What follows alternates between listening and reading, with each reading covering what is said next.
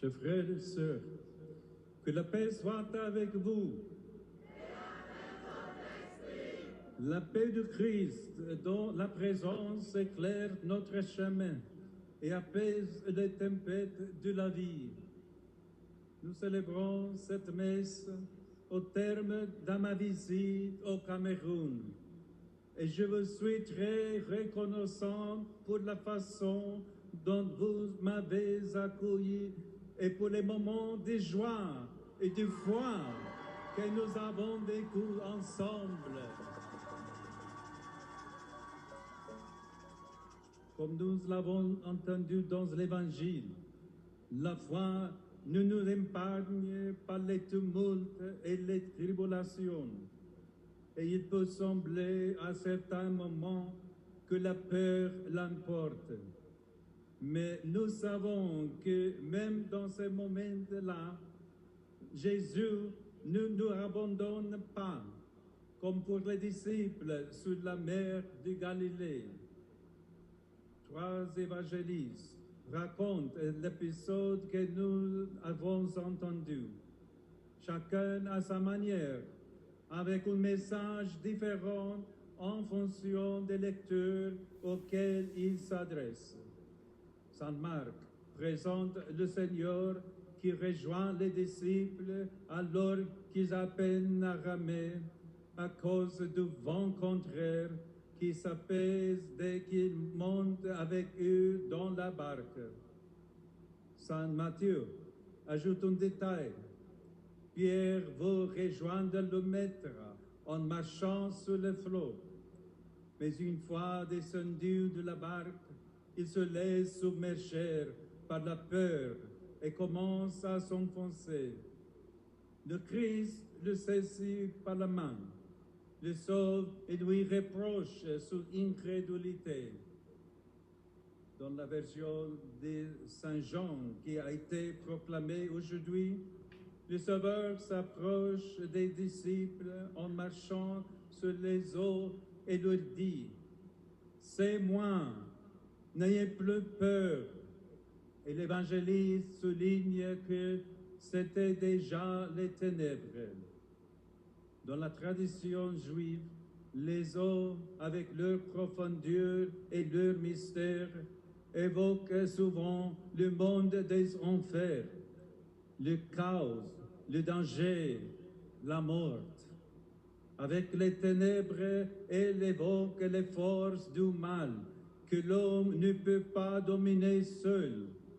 Mais en même temps, elles sont aussi perçues dans les souvenirs des prodiges de l'Exode, comme un lieu de passage, un guet par lequel Dieu, avec puissance, libère son peuple d'esclavage. L'Église a de nombreuses fois fait l'expérience, dans sa navigation à travers les siècles, de tempêtes et de vents contraires. Et nous aussi, nous pouvons nous identifier aux sentiments de peur et de doute éprouvés par les disciples au cours de la traversée du lac de Tibériade.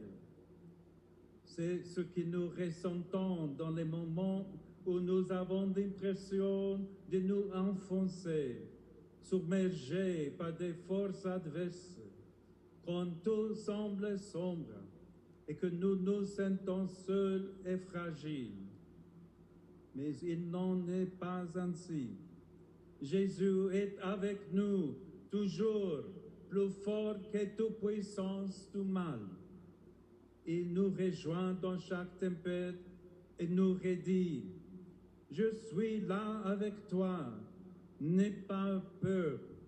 C'est pourquoi nous nous relevons après chaque chute et nous ne nous laissons arrêter par aucune tempête. Nous allons de l'avant avec courage et confiance, toujours. Et c'est grâce à lui que, comme le disait le pape François, beaucoup d'hommes et de femmes honorent notre peuple, honorent notre Église, forts pour faire progresser leur vie, leur famille, leur travail, leur foi. Jésus se fait proche de nous. Il n'apaise pas immédiatement les tempêtes, mais il nous rejoint au milieu des dangers. Et il nous invite, dans les joies comme dans les peines, à rester ensemble, solidaires, comme les disciples dans la même barque, à ne pas regarder de loin ceux qui souffrent, mais à nous rapprocher d'eux, à nous serrer les uns contre les autres. Personne ne doit être laissé seul face aux épreuves de la vie. Pour cela, chaque communauté a pour tâche de créer et de soutenir des structures de solidarité et d'entraide ou face aux crises, qu'elles soient sociales, politiques, sanitaires ou économiques. Chacun puisse donner et recevoir de l'aide selon ses capacités et ses besoins.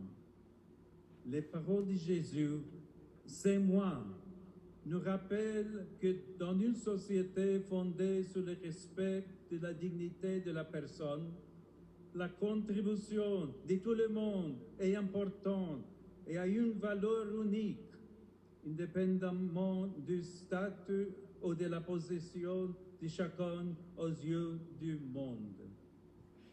L'exhortation n'ayez pas peur, prendre alors une dimension plus large, y compris sur le plan social et politique, comme un encouragement à affronter ensemble les problèmes et les défis, en particulier ceux liés à la pauvreté et à la justice, avec un sens civique et de responsabilité civile. La foi ne sépare pas le spirituel du social. Au contraire, elle donne aux chrétiens la force d'interagir avec le monde pour répondre aux besoins des autres, en particulier des plus faibles. Les efforts individuels et isolés ne suffisent pas au salut d'une communauté.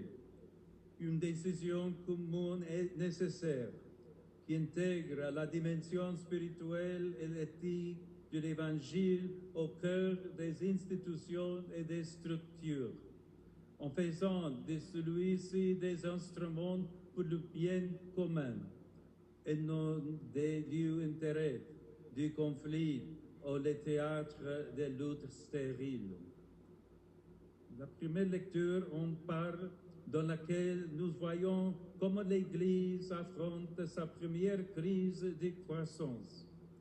L'augmentation rapide du nombre de disciples pose à la communauté de nouveaux défis dans l'exercice de la charité, auxquels les apôtres ne parviennent plus à répondre seuls.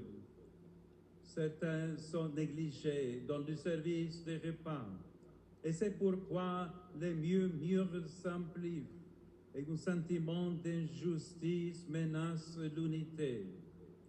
Le service quotidien aux pauvres était une pratique essentielle dans l'Église primitive.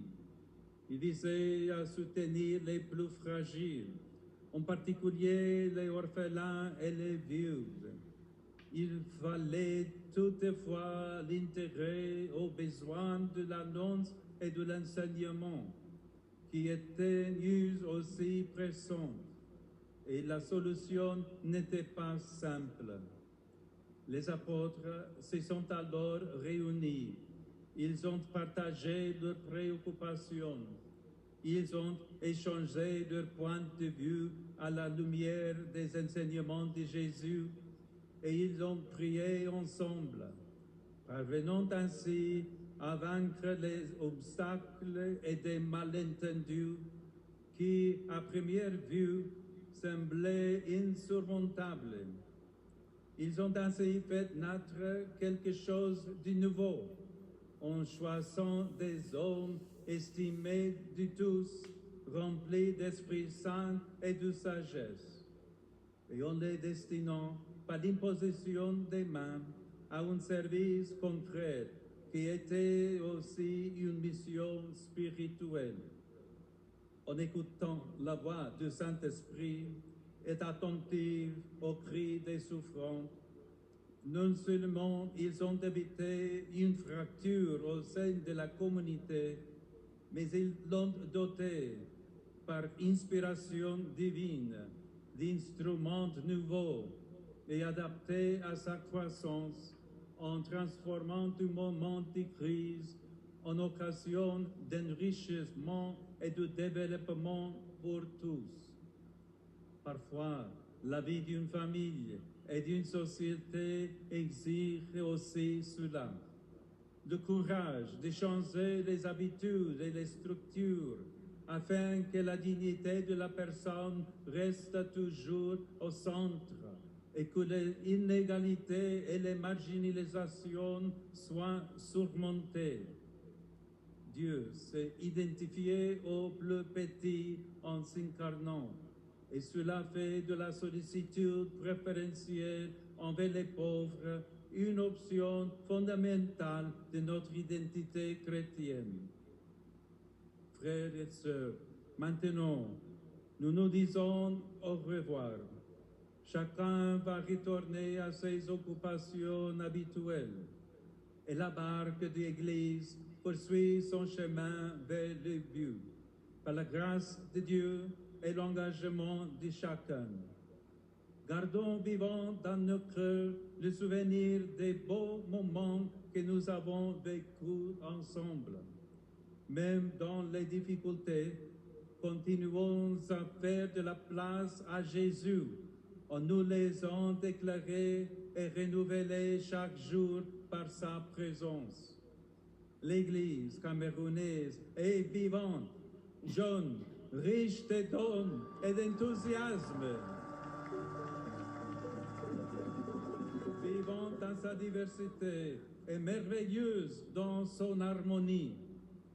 Avec l'aide de la Vierge Marie, notre Mère, faites fleurir toujours davantage sa présence joyeuse. Faites même des vents contraires qui ne manquent jamais dans la vie, des occasions de croissance dans le service joyeux de Dieu et des frères, dans le partage, l'écoute, la prière et le désir de grandir ensemble.